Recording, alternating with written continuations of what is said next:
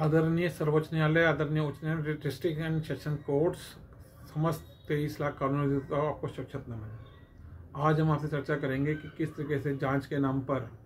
CCTV footage को लेके आए दिन गंभीर अपराध हो रहे हैं और बहुत सारे केसों में देखना आया कि अगर पुलिस की इच्छा शक्ति अपराधी को बचाने की है तो वो सीसीटीवी फुटेज से संबंधित जो जांच प्रक्रिया होती है उसको करती नहीं है। एक ऐसा किस्सा हमारी जानकारी में आया, सबसे पहले रानीबाग की बात करते हैं कि बहुत सारे होटल्स यहाँ खुलते जा रहे हैं जहाँ पे बहुत बार देखने में आया कि अवैध रूप से लोग जो हैं उसके अंदर एक एक दिन में कई बार कमरा चढ़ जाता है,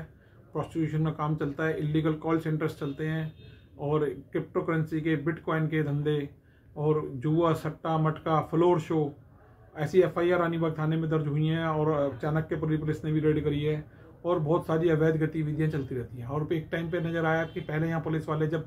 करते थे तो एफआईआर 188 आईपीसी में 223 में करते थे कि उन्होंने विजिट किया रानीबाग की अलग अलग बीटों में जो होटल चल रहे हैं, सभी होटलों में ज़्यादातर ये बात आती थी कि सीसीटीवी फुटेज वर्किंग नहीं है। जब हमने सीसीटीवी सोशल मीडिया पे कम्युनिटी डाटा के माध्यम से उठाया तो अब ये पुलिस कहती है कि वर्किंग है, लेकिन उसके अंदर वो ये इंश्योर नहीं करते, बीट ऑफिसर कोई एंट्री थाने में ऐसा रिकॉर्ड मेंटेन नहीं करते कि रानीबाग थाने में कितने होटल हैं,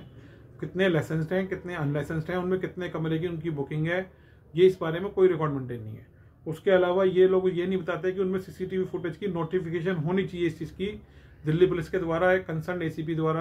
कि कितने दिनों की फुटेज उनके अंदर जो है सीसीटीवी फुटेज प्रिजर्व उन लोगों ने कर रखी है और उसको वो चेक करें। दूसरा, उसके अंदर कोई छेड़छानी ना हो रखी हो डीवीआर के अंदर कि पता चले कि कोई अपराध हुआ हो उस होटल के अंदर, कोई माफिया उसके अंदर आके रुका हो या कोई अपराधी ने वहां पे कोई कृत्य किया हो, उसको वहां से डिलीट कर दिया हो। इसको इंश्योर करना चाहिए। इसके लिए उससे अंडरटेकिंग भी लेनी चाहिए कि डीवीआर से कोई किसी तरह की छेड़खानी नहीं करी गई, कोई बिजली या अगर कोई छेड़खानी करी गई है डीवीआर के अंदर तो वो वहां पर रजिस्टर में मेंटेन होनी चाहिए। और उस थाने के उस होटल के अंदर कितनी किचन है, कितने लोग चाय बनाने वाले हैं, कितने स्वीपर है, कौन कौन सा वहाँ पे स्टाफ है, मैनेजर कौन है, मालिक कौन है, ये डिस्प्ले होना चाहिए। जगह का मालिक कौन है, उसको चलाने वाला मैनेजर कौन है, उसमें वेटर कितने हैं, उसके अंदर सारा स्टाफ, सब चीजें एंट्री होनी चाहिए। थाने के हर थाने के अंदर होना चाहिए। रानीबाग थाने के तो खास तौर से मैं बता रहा हूँ, ऐसे कई अपराध हैं जो यहाँ से जुड़े हुए हैं। और फिर एक ऐसा आया कि एक लैंड माफिया के ऑफिस में एक प्रेग्नेंट महिला के ऊपर हमला हुआ सुनियोजित साजिश के तहत, और ये बात सामने आई कि पुलिस ने इसको कई दिनों बाद जब 91 सीआरपीसी का नोटिस दिया फुटेज लेने के लिए तो उसने बोल दिया कि मेरे कैमरे खराब है और पुलिस ने मान भी लिया। पुलिस ने उस सीसीटीवी फुटेज की डीवीआर को एफएसएल के लिए नहीं भेजा, ये देखने के लिए कि क्या इस व्यक्ति का ये सीसीटीवी फुटेज चालू था या नहीं था क्राइम वाले दिन या उसके आगे पीछे। इस बात में एक गहन चूक है जिसकी वजह से अपराधी बच के निकल जाता है। और इसीलिए ये कहावत है हमारे देश के अंदर कि न्याय ना तो समय पे मिलता और ना ही पूरा मिलता। 25-30 साल चल जाते हैं, उसमें से आधे से ज्यादा बंदे तो मर जाते हैं और जो सफेद पोश आदमी है वो बड़ी बड़ी लॉ एजेंसीज को रिक्रूट कर लेते हैं, एंगेज कर लेते हैं और वो बच के निकल जाते हैं। और अगर उनकी किसी राजनीतिक माफिया की सेटिंग किसी सरकारी तंत्र के किसी बड़े आईएएस, आईपीएस, आईआरएस, किसी मिनिस्टर से, नेता से, पॉलिटिशियन से है तो फिर उनको सजा दिलवाना बहुत ही मुश्किल काम है इस देश के कानून के हिसाब से, क्योंकि बहुत लंबा खींच देते हैं। तो मेरी यह हाथ जोड़ के गुजारिश है कि जो भी संबंधित आईपीएस वगैरह, जो भी जुडिशियल अथॉरिटीज, प्रोसिक्यूशन अथॉरिटी, कानूनी अधिवक्ता, समाज सेवक, एनजीओ, जो भी इसको सुन रहे हैं वो इनके ऊपर लगाम लगाएं। मेरी हाथ जोड़ के रिक्वेस्ट है। और हर थाने के अंदर, खासतौर से रानीबाग थाने में भी बीट नंबर 6 वेडिंग मॉल में 8, 11, 24 को जिस तरीके से मुजरे की रेड हुई, जिसके ऊपर ऑलरेडी 4-5 एफआईआर पहले दर्ज हो चुकी थी एसडीएम के द्वारा, ये साफ साफ दर्शाती है कि यहाँ पे किस तरह के क्राइम हो रहे हैं और एफआईआर दर्ज होने के बाद भी क्राइम चल रहे हैं। तो ये एक जांच का विषय है। अगर वहाँ की संबंधित सारी सीसीटीवी फुटेज और डीवीआर एफएसएल के लिए जाती तो ये सारा पता चलता कि वहाँ पे कितने तरह के अपराध चल रहे थे, कौन चला रहा था, किसकी मिलीभगत से चल रहा था और किन किन की जानकारी में चल रहा था।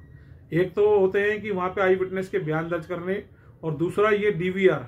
जो सच बोले कि सरकारी प्राइवेट करना, सामने स्कूल भी हैं तो बहुत कुछ सत्य सामने आ जाता। इसी की उम्मीद और कामना से हम ये प्रयास करते हैं कि आदरणीय रानीबाग थाने के एसएचओ साहब और इनसे संबंधित जितने भी सीनियर अधिकारी हैं और दिल्ली के सभी जितने भी पुलिस अधिकारी हैं, उन सब से हाथ जोड़ के प्रार्थना है सभी जुडिशियल अथॉरिटीज की जब भी उनके पास ऐसा कोई केस आए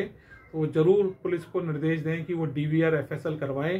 ताकि सच सामने आ सके उस डीवीआर के अंदर। और डीवीआर के अंदर ये भी इंश्योर करें एफएसएल के टाइम पे, एफएसएल वालों से भी ये रिक्वेस्ट है जो दिल्ली गवर्नमेंट के अंडर में आते हैं, वो भी ये देखें कि उस एफएसएल के अंदर सीसीटीवी फुटेज के साथ कोई छेड़छाड़ी तो नहीं करी हुई। क्योंकि बहुत सारा आपने देखा था कंझावला में ये केस हुआ था, सीसीटीवी फुटेज केस हुआ, आए दिन रानीबाग की क्रैक टीम है जिसमें एसआई देवेंद्र इंचार्ज थे, उन्होंने सैकड़ों केसों में ये बात दिखाई है कि हमने 300 फुटेज देखी, 400 फुटेज देखी, 100 फुटेज देखी। क्यों देखी? क्योंकि सच देखना चाहते थे।